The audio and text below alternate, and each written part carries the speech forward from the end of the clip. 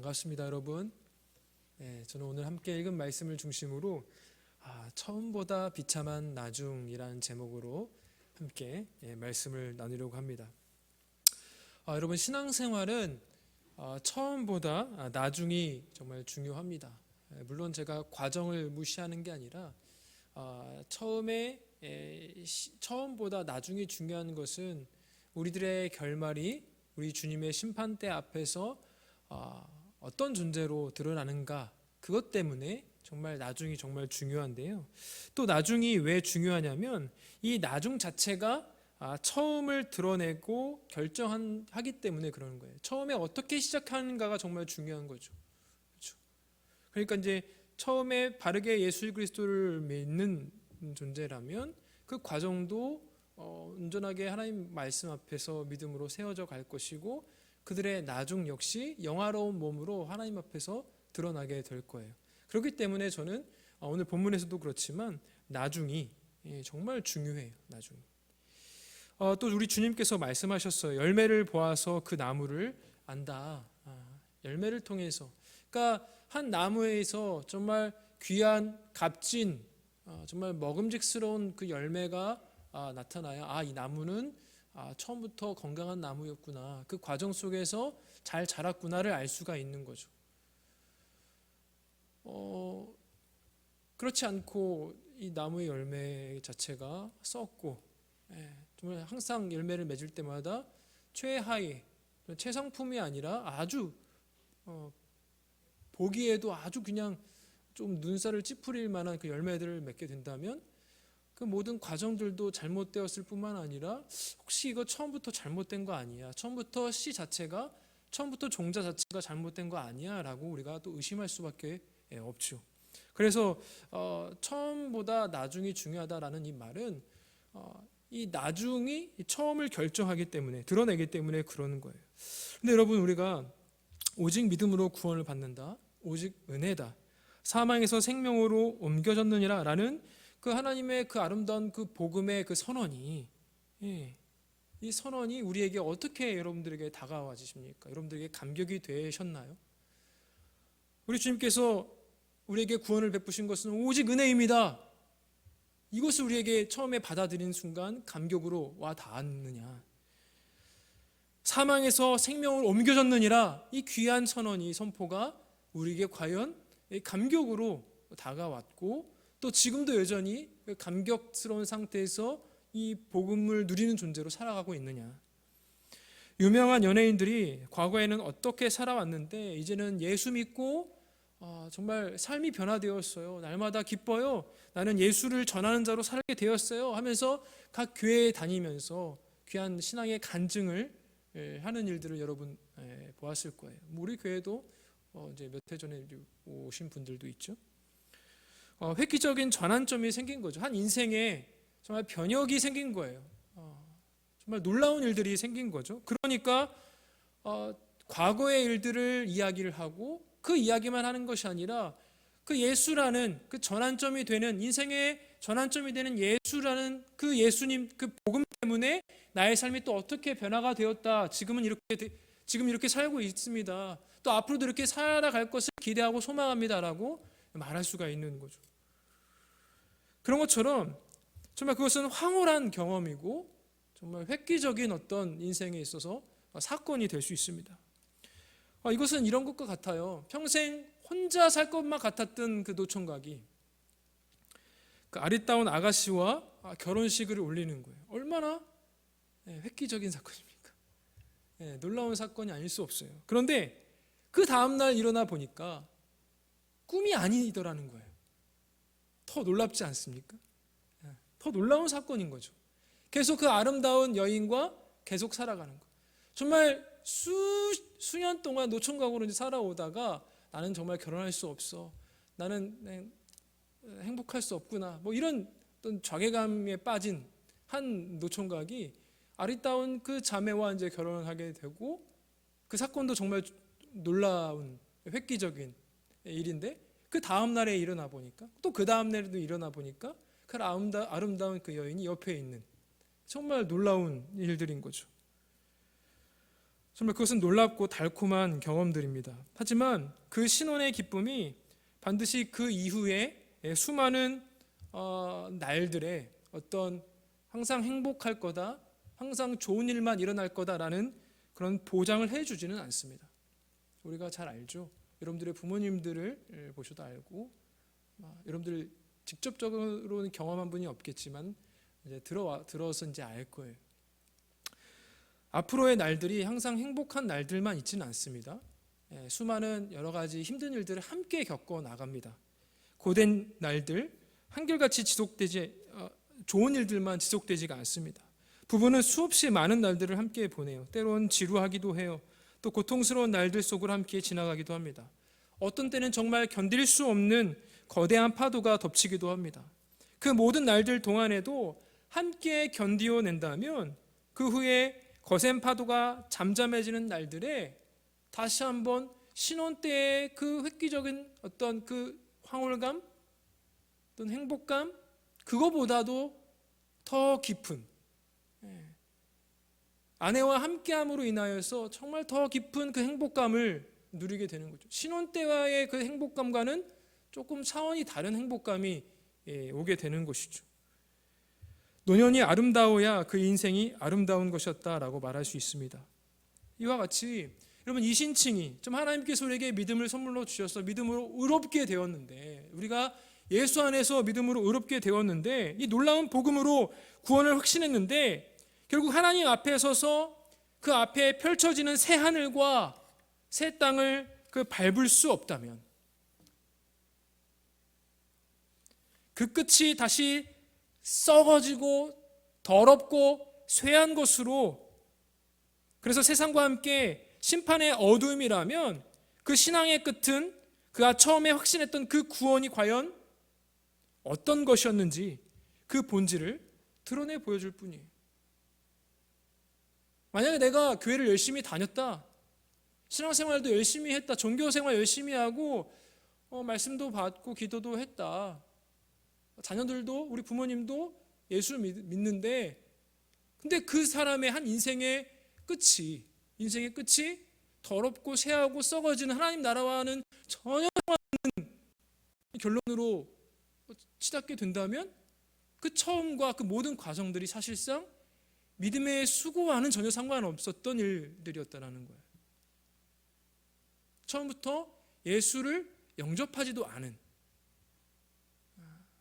말씀을 통하여서 날마다 은혜를 누리는 어떤 척만했을 뿐 진정으로 그 하나님 나라의 그 영광스러움을 누린 존재가 아니라는 것을 나중에 가서야 알아낼 수가 있는 거죠. 알 수가 있는 거죠. 그렇게 드러나면 참 비참한 일이죠. 그러므로 신자는, 성도는 끊임없이 구원의 감격 속에 있으면서도 자신이 확신하는 그 구원이 정말 성경의 근거로, 성경이 제시하는 그 검증의 그 기준에 과연 맞는가? 내가 과연 구원받은 자 맞는가? 하나님 말씀에 근거하여 내가 과연 구원받는 자 맞는가? 그 참된 구원의 실제가 우리 인생의 생각과 태도, 어떤 상황 가운데, 여러 가지 환경 가운데 결정하는 것, 선택하는 것, 우리 삶 속에 드러나는 어떤 행위와 그 말 속에서 열매로 과연 드러나는지 날마다 우리는 점검하고 확인할 필요가 있다는 거예요. 왜요? 성경에서 그 검증의 기준들을 그렇게 제시했거든요. 우리 주님 뭐라고 말씀하셨어요? 그 나무는 열매로 안다라고 했거든요. 날마다 그 열매를 확인해야 돼요. 어떤 열매를 맺어가는지. 가끔 식당이나 어떤 매장에서 한쪽 벽에 한 문구가 써 있는 것을 보게 됩니다. 어떤 글귀냐면, 내 시작은 미약했으나 내 나중은 심히 창대하리라. 처음부터 이제 크게 사업을 하시는 분들은 없죠. 거짓 교사들은 이와는 반대입니다. 그들은 시작 자체가 사실 창대했어요. 창대했겠지만 사실 그들의 결국은 우리가 계속 살펴봤죠. 그들의 결국은 우리가 무엇인지 아시죠, 여러분? 멸망이라고 분명히 성경은 이야기하고 있습니다. 지극히 미약하게 끝난다는 것이죠. 왜 그런 결과가 나와요?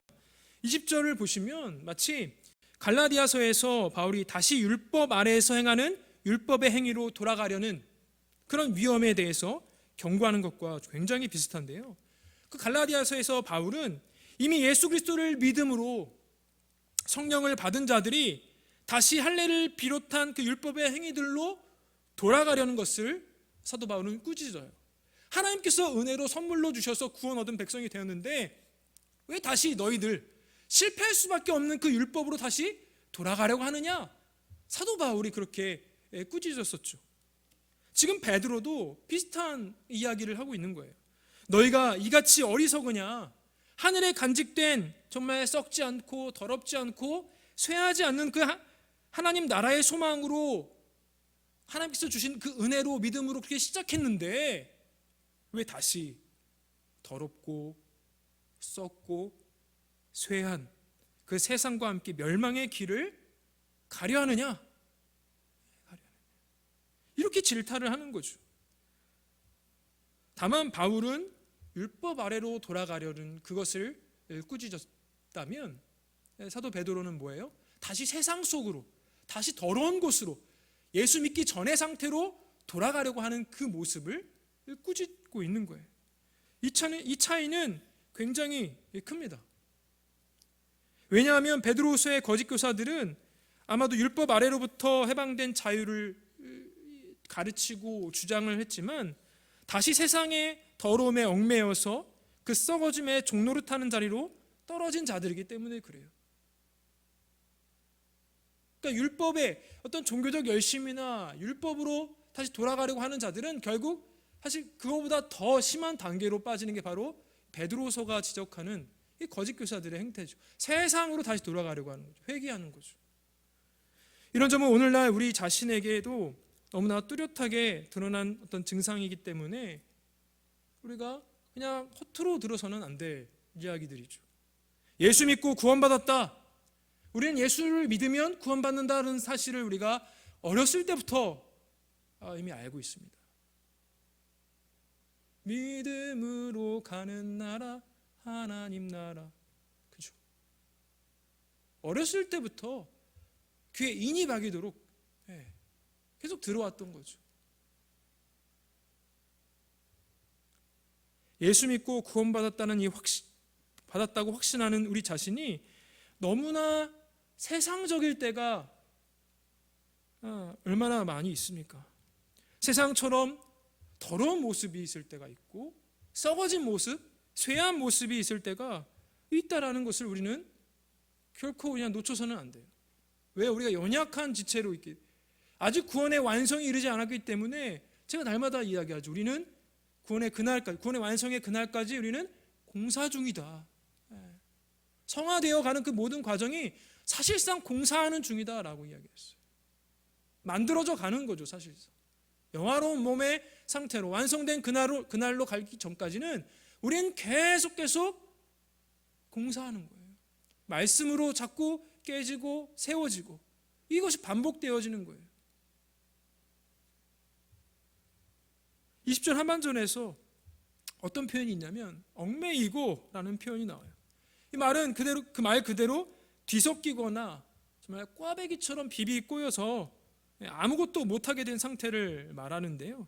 마치 가시덩굴에 발이 얽혀서 아무리 몸부림쳐도 그 바지에 그 가시가 탁탁탁탁 꽂혀 있어가지고 빼기가 쉽지 않은 그 상태. 그 이미지가 떠올리지 않습니까? 세상의 죄와 죽음과 그 하나님 없는 그 쇠함의 지배 아래로부터 분리되어서 삼위 하나님의 뜻과 하나님의 역사와 하나님의 거룩하게 하심으로 우리가 그 세상 속에서 더러움과 쇠함과 썩어짐에서 이제 우리가 자유함을 누렸는데 그 은혜로 살아가게 되었는데 다시 그 더러움과 썩어짐과 쇠한 것에 뒤섞여서 얽매여서 빠져나오지 못할 만큼 되었다라고 지금 이야기를 하는 거예요. 어떻게 하다가 이렇게까지 되었을까요? 어떻게 하다가? 믿음으로 살아가는 그 모든 여정 가운데 오늘 사도 베드로가 어떤 말을 붙이냐면 지면. 여러분, 지면. 그 얽매이는 세상과 세상의 어떤 정욕과 우리가 성령의 소욕에 우리가 언제나 이제 갈등 관계에서 이제 살아가고 있는데 언제나 우리가 믿음으로 이제 승리해야 되죠. 근데 이 싸움에서 우리가 지면 아무리 가시 넝쿨이 우리 바지에 콕콕콕콕 아구를 이제 딱 가시에 우리 바지가 다 걸려가지고 나오지 못할지라도 우리는 어떻게 해야 돼요? 포기하지 않고 자꾸 우리 발을 이렇게 힘을 줘서 빼내야 되죠. 바지가 찢어지는 한이 있더라도 그곳에 계속 있을 수는 없잖아요. 그렇죠? 그러니까 믿음으로 우리가 싸워서 또 승리를 경험하고 쟁취를 해야 되는데 지는 순간들이 굉장히 많이 있어요. 그래서 사도 베드로는 여기서 지면 진다라는 표현을 하고 있죠. 믿음으로 어떤 그들이 지금 받았다고 하는 그 구원, 은혜 안에서 누리는 그 자유, 세상 가운데서 이기는 그 순간을 다 포기하고 그 은혜 자체도 포기하고 믿음으로 싸우기를 멈추는 그런 상황을 이야기를 하는 거예요. 믿는다고 고백했을 그 예수 그리스도는 분명히 세상을 이기셨습니다. 말씀에 순종함으로 분명히 이기셨어요. 하나님의 그 거대한 그 목표, 거대한 뜻 가운데 이 땅에 내려오셔서 우리의 구원을 위하여 이 땅에 십자가 지시고 죽으시고 부활하시고 승천하시고 하나님 보좌 우편에 앉아 계시셔서 우리를 언제나 다스리시고 통치하시고 계시는 분이 우리 예수님이세요. 승리하셨어요. 사탄을 짓밟고 분명히 승리하신 분이시죠. 믿음으로 승리하신 분이 예수님인데 우리가 예수님의 제자라고 하나님의 백성이라고 하면서 그 길을 도무지 따라가려고 하지 않고 그 길이 힘들다 너무나 지친다 하여서 포기해버리는 그런 상황들이 얼마나 많이 있는지 몰라요. 세상에 져버린 거죠. 거짓 교사들의 그 가르침, 그들의 그 주장에 따라서 그냥 흘러가는 거예요. 또 이어서 더 심하리라 라는 말도 나오죠. 마치 원래 있던 상처가 이제는 아주 더 골마서 썩기 시작한 모양입니다. 처음의 상태보다 더 나빠진 거예요. 우리가 처음에 예수 믿으면 얼마나 믿음이 연약해요. 초신자들. 그렇죠? 근데 그것보다 더 나쁜 상태가 되는 거예요. 더 나쁜 상태. 여러분, 구약에서 이스라엘 백성들은 노예되었던 땅 애굽에서 나왔지만 그 전부가 약속의 땅 그 가나안 땅으로 들어가지 못했습니다. 단 2사람만 들어갔어요. 모세도 들어가지 못했습니다. 여호수아와 갈렙만이 그 가나안 땅을 들어갈 수가 있었죠. 많은 백성들이 그 40년 광야 생활 속에서 하나님을 향하여 불신이 가득했어요. 불만이 가득했죠. 불순종했어요. 그래서 광야에서 다 죽어요. 그들에게는 차라리 애굽에서 노예로 그나마 오이와 부추를 먹으면 그런 대로 사는 편이 더 나았던 것일까요? 사도 베드로는 21절에서 그것을 이야기를 해요. 정말 더 나았기 때문에 하는 말이 아니라는 거예요. 죄 가운데 있는 것과 겉모습으로 교회에 나와서 신자 흉내를 내는 것 중에 어느 것이 더 낫습니까? 죄 가운데 있는 게 나아요? 아니면 교회에 나와서 신자 흉내를 내는 게 나아요? 어떤 게 더 낫습니까?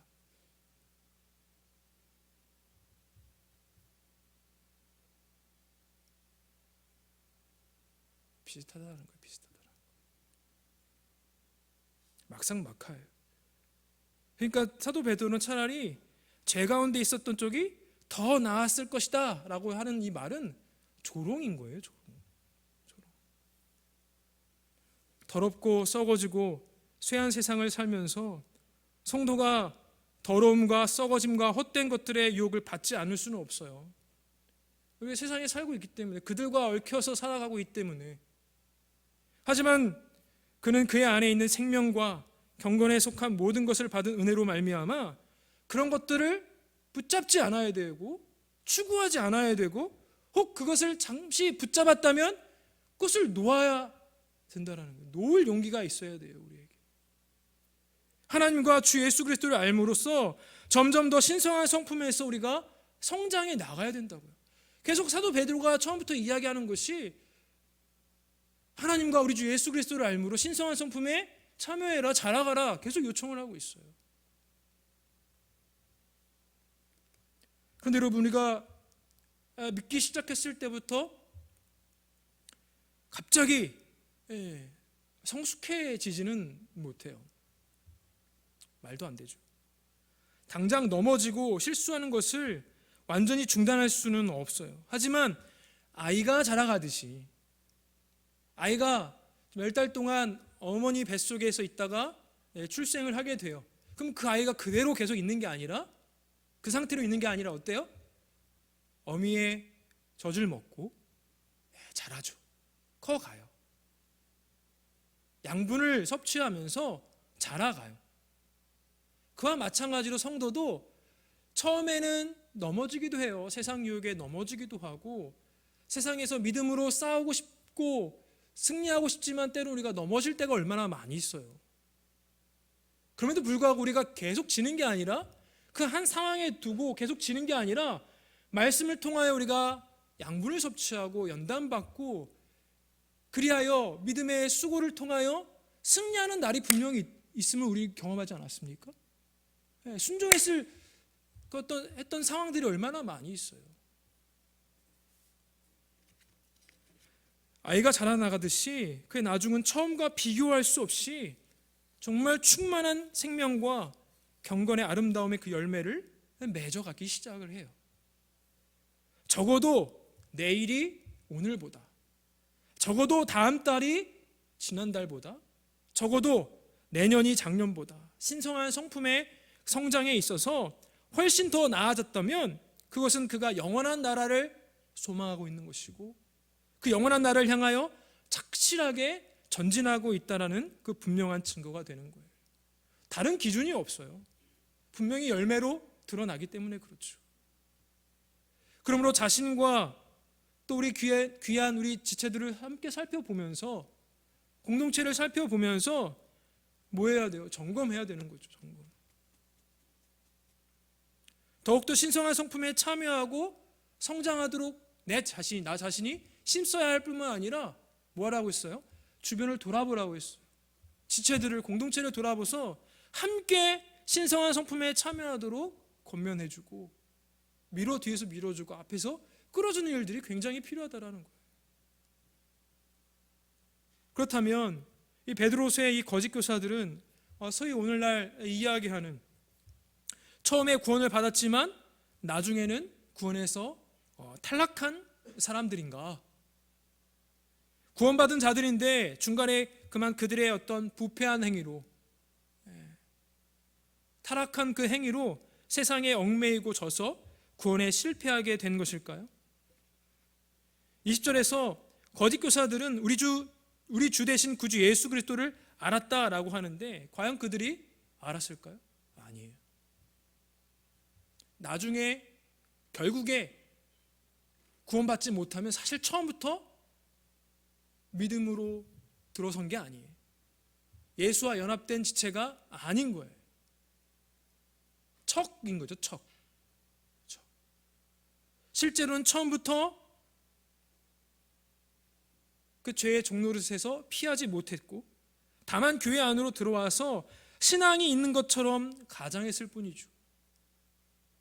처음부터 구원받은 게 아니에요. 처음부터 우리 주 대신 구주 예수 그리스도를 알지도 못한 거죠. 그래서 그들의 세속적인 본질이 이전보다 더 심해진 것처럼 보이게 되었다라는 것이죠. 그래서 본문은 마치 차라리 피했다고 말이나 하지 말지 그랬냐, 그런 식으로 지금 이야기하는 거예요. 사실은 그들이 세상의 더러움을 피한 것이 아니었지만 마치 세상의 더러움을 피한 것처럼 착각하고 위장했다는 그 점 때문에 그들의 세속적인 본질이 이전보다 더 심해진 것처럼, 과거로 돌아간 것처럼 보이게 되었다는 것을 이야기하고 있습니다. 그래서 우리가 오늘 본문을 통해서 무엇을 바라봐야 됩니까? 점검하라는 거죠. 내가 예수 믿고 구원받았다, 이 귀한 교리를 확실히 믿는데 과연 이것이 나의 말뿐이냐, 아니면 지적 동의에만 있느냐, 아니면 내가 신앙생활하기 위하여, 그냥 종교생활하기 위하여 교회에 몸담고 있느냐, 아니면 내가 수년 동안, 수십 년 동안 신앙생활하고 있는데 과연 내가 어제보다, 지난달보다, 작년보다, 10년 전보다 신성한 성품에 더 참여하며 성장하고 있느냐, 한번 바라보라는 거예요. 점검해 보시라는 거예요. 내 말에, 내 행동에. 여기서 중요한 점이 있습니다. 처음부터 완벽한 사람 없다고 했어요. 아이처럼, 믿음의 성장은 아이처럼 점점 키가 자라듯이 자라는 거예요. 실패할 때 있어요. 실패할 때 그냥 더 실패, 좌절로 빠지는 게 아니라 다시 예수 붙잡고 일어서느냐, 그건 다른 거죠. 그래서 우리가 하나님과 바른 관계에 들어가서 그 믿음에 따라, 믿음의 도리에 따라 그 길을 아주 느린 속도라 하더라도, 느리게 성장하더라도 그 길을 계속 가는 게 정말 중요한 거죠. 그 길을 계속 가는 자들은 처음부터 죄의 종노릇에서 피한 자들일 뿐 아니라 하나님의 더럽지 않고 썩지 않고 쇠하지 않는 그 나라에 들어가기를 소망하는 복된 하나님의 보호함을 누리는 그런 귀한 성도들인 거예요.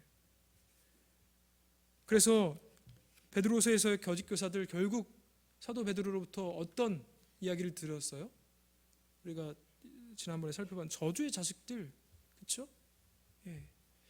명목상 하나님의 백성들 안에 들어와 있다 하더라도 그들은 오래전에 거짓 선지자들의 경우처럼 교회 안에 들어온 그냥 거짓 교사들에 불과한 거예요. 양이 아니에요. 양의 옷을 입고 있는 그냥 늑대일 뿐인 거죠. 그래서 그 늑대들은 성도들을 자기들의 어떤 배를 불리기 위해서 잡아먹죠. 잡아먹는 거예요. 자기들의 유익을 위해서. 여러분, 입으로 신앙 고백을 하는 그 교인이라 하더라도 다 구원을 받은 성도가 아니에요. 알곡들 가운데 가라지가 섞여 있다라고 분명히 주님께서 말씀하셨습니다. 따라서 거짓 교사들이 세상의 더러움에 졌다라는 것은 거꾸로 말해서 그들은 신성한 성품에 성장하지도 않았으며, 당연하겠지만 사실상 참여한 자들도 아닙니다. 그들은 겉으로는 교회 안에 몰래 들어와서 세상의 더러움 속으로 돌아간 거죠. 그들은 자신들의 본질을 숨길 수가 없는 거예요. 그들은 이미 진 존재들입니다. 그러므로 우린 베드로의 권면에 따라서 교회는 끊임없이 분별하고 점검해야 할 필요가 있는 거예요. 과연 내가 진정한 구원을 얻은 존재인가? 또 구원을 두렵고 떨림으로 받으라라고 했어요.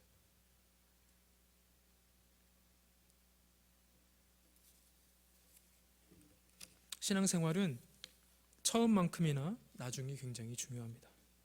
나중이 처음을 결정하기 때문입니다.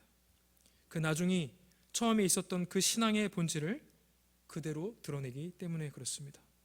밭에 콩이 아니라 돌을 심어 놓으면 팥이 나죠? 밭에 돌을 심으면 뭐가 납니까? 아무것도 안 나요. 처음부터 씨가 심겨지지 않았잖아요. 그렇죠? 아무리 기다려도 아무것도 나지 않습니다. 어떠한 열매도 나지 않습니다. 콩이 아니라 팥을 심어 놓으면 콩이 아니라 팥이 나와요. 그리스도의 죽음을 이긴 부활 생명이 심기는 복된 성도들에게는 귀한 하나님의 생명과 경건의 싹을 틔울 뿐만 아니라 거기서 무너지는 게 아니라 그 부활 생명이 모든 세상의 더러움과 썩어짐과 쇠함 속에서도 어때요? 꿋꿋이 거기서 견디며 인내하면서 신성한 성품의 꽃을 다 피워요. 아름답게.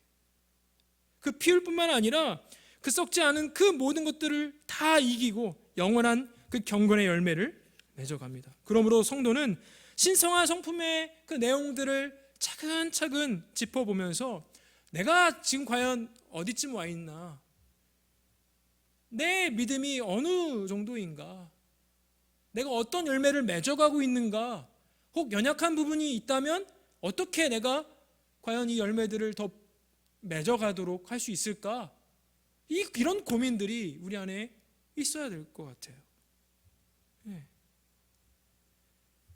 주 안에서 사랑하는 청년 여러분, 욥기에 내 시작은 미약하였으나 내 나중은 심히 창대하리라는 이 문구를 우리가 앞서서 제가 이야기를 했습니다. 성도들의 사업장이 번창하기를 바라는 마음이 깃들어 있는 거죠. 또 목자의 심정으로, 그 기도하는 심정으로 이렇게 그 액자를 이제 선물하기도 합니다. 하지만 거짓 교사들은 사정이 달라요. 아무리 번창하고 복을 누리고 싶고 세속의 가치에 따라 많은 부를 누리고 싶지만 결국 그들의 끝은 미약할 것입니다. 아무리 그들의 시작이 창대했어도 말이죠. 그러나 성도는 이들과는 다릅니다. 성도는 달라요.